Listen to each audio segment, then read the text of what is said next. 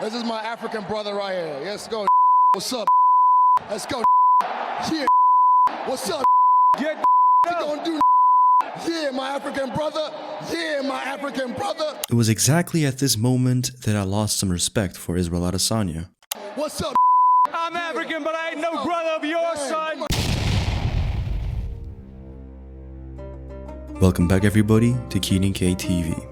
I have wanted to make this video for a long time because Adesanya's public image and popularity has significantly dwindled over the years. Personally, I've always been a fan of Adesanya. He even shared my video about him in the past. But ever since he beat Alex Pereira in the rematch, his behavior has been distasteful sometimes. So in this video, let us go over how Israel Adesanya lost it all.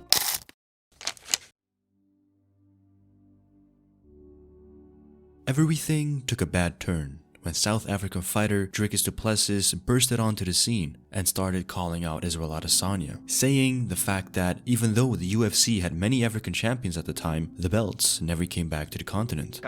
Well, I mean, did those belts ever go to Africa? As far as I know, it came to America and New Zealand. I'm going to take a belt to Africa. I'm the African fighter in the UFC. Myself and Cameron, we breathe the African air. We wake up in Africa every day. We train in Africa, we're African born, we're African raised. We still reside in Africa, we train out of Africa. That's an African champion, and that's who I'll be. And this is where my disapproval of the things Adesanya began to say started.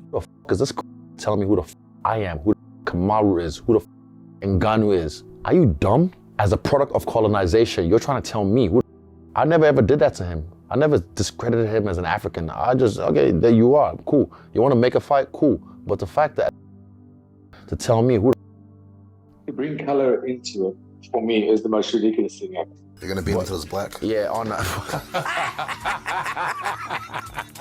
You'd be a real African then. That is the one thing that, from this whole thing, that really pisses me off, to be honest, is that color was brought into it. I've never even mentioned color because it makes absolutely no difference to me. Adesanya was no stranger to prejudice in his youth. As the only colored boy in his environment in New Zealand, he witnessed many heartbreaking hardships. Culture shock mostly was realizing that being black was a problem. This one of my earliest encounters with that was, this kid was just giving me the whole time, the whole week. And during the weekend, he rode by my house because he wasn't far off, like a few streets down. And she yelled, "Go back to your country, Blackanese." And did it like 2 or 3 times. I was a scrawny little kid, and these 2 big boys trying to dunk me in the urinal. And I remember my strength, my frames were so strong, they would not get me. And yeah, that was one of my last times where I felt like, nah, enough is enough. Just because I'm black, what did I do? I didn't have a choice. If I had a choice, though, I'd still be black.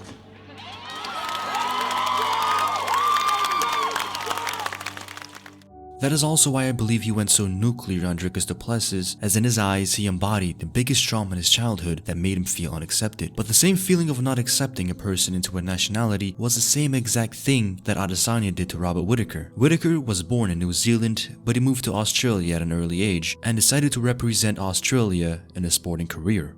And this was something Adesanya just couldn't let go and decided to make it a nationality contest now. What's more prominent to you in terms of your culture? Would you rather be known as Kiwi or Māori or Australia? Everyone kind of makes me pick and choose, or tries to get me to pick and choose. I can't, because like, I'm Australian and New Zealand, and that's just what I am.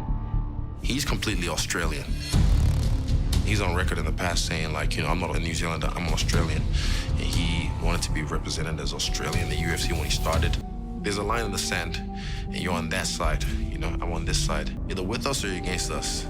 So if you're on the other side, the other side. Ironically, Israel Adesanya got exposed by Sean Strickland going into their fight for claiming to be Chinese after adopting their nationality by selling out for money. Ni hao, I am the Black Dragon.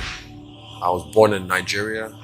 I grew up in New Zealand, but I have lived in China, so I've embraced the Chinese culture. You take a look at me. What are you thinking?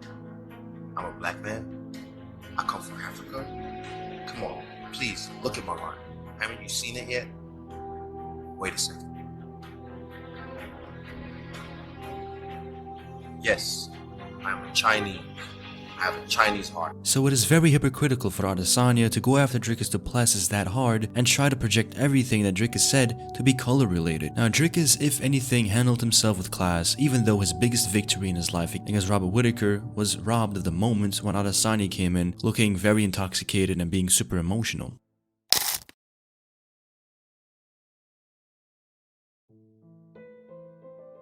The real beginning of the end for his popularity was when his fight with Yoel Romero was announced and the fans were expecting a one-of-a-kind super showdown between a powerful Cuban knockout artist and a defensive wizard in Adesanya. How mistaken were we when the fight turned out to be the biggest staring contest the championship UFC fights I've ever seen. And the train of boring fights kept coming through, especially one against Jared Cannonier, a fight in which I literally fell asleep in. And it is not that a fight can be less action-packed than others, it is Adesanya's dismissal of the critiques from the fans that it is not that important to him to have spectacular fights but to break records. Add on top of the fact that this world champion goes ahead and makes TikTok dances, paints his nails, colors his hairs, and on top of it bores the critics with his performances, then you can go ahead and understand why the fans have been hating on him for a long while now. Luckily for the fans, however, there was massive excitement when Alex Pereira decided to go after Israel Adesanya after the comments he had made. So at the end of the day, no one knows who the fuck he is. And he's going to be that guy when I'm world champion, when I'm a legend. He's going to be at some pub talking about, I beat that guy one time. Trying to get it. Anyone who wants to beat me should have done it yesterday because every fucking day I'm getting better.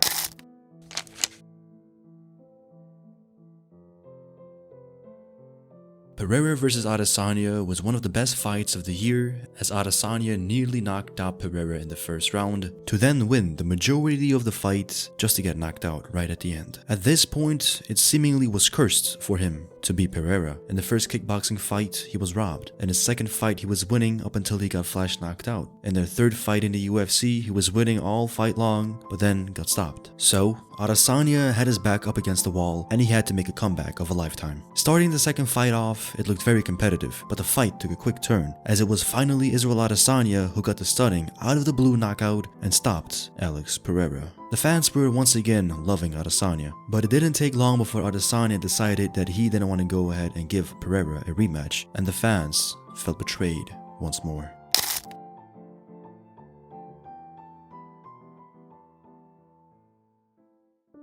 Sean Strickland had his own few controversies throughout the years, but he always seemed like a genuine, relatable, and honest person. So when the time came and he pulled off one of the biggest upsets in UFC history in a fight where he completely shut Adesanya down, he became the new, undisputed UFC World Champion. And by doing so, Strickland had won over the hearts of the fans. And now, as the fans have a fighter that will always deliver a great performance and fight for the crowd, Adesanya seemingly is left back. This seems to be an unprecedented situation that Adesanya finds himself in. He seemingly has no way of beating Strickland based off of his performance against him in the first fight, and it doesn't look like he will get an immediate title shot either. So his immediate shot at redemption is now prolonged, and the road to redemption seems to be longer than ever before.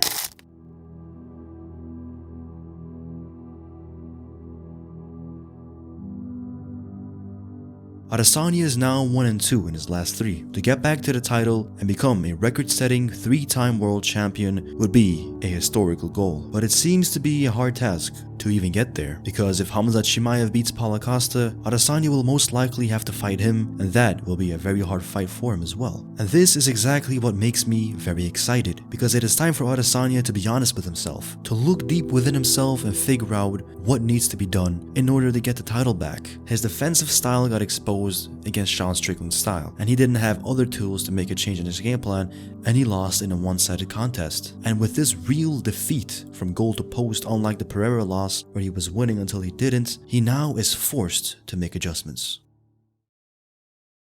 To finally have excellence cracked and broken down to ashes, that is exactly what the masses wanted, isn't it? Seeing a bright star get dimmed is what makes insecure people get a feeling of satisfaction out of someone else's failures. It is knowing that in the end, Adesanya was indeed not invisible. And that is a recurring theme of building somebody up just to tear them back down.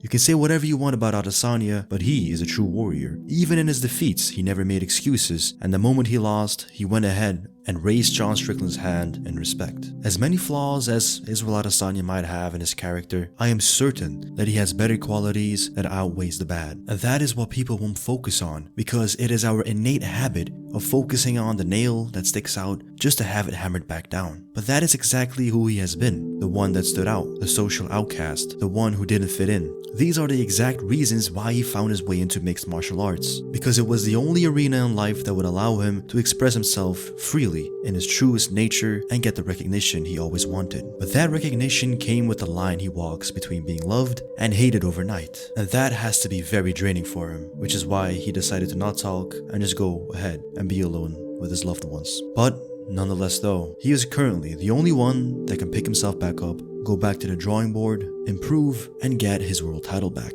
I have personally always liked Adesanya. I've always supported his fighting career, and I will continue to do so as he is one of the best to ever do it. But his future is uncertain, and the future is always a canvas waiting to be painted. So I wonder what Adesanya will decide to paint, as in the end, only time will tell what will truly happen. For now, I have been Keenan from Keenan KTV, signing off. Later.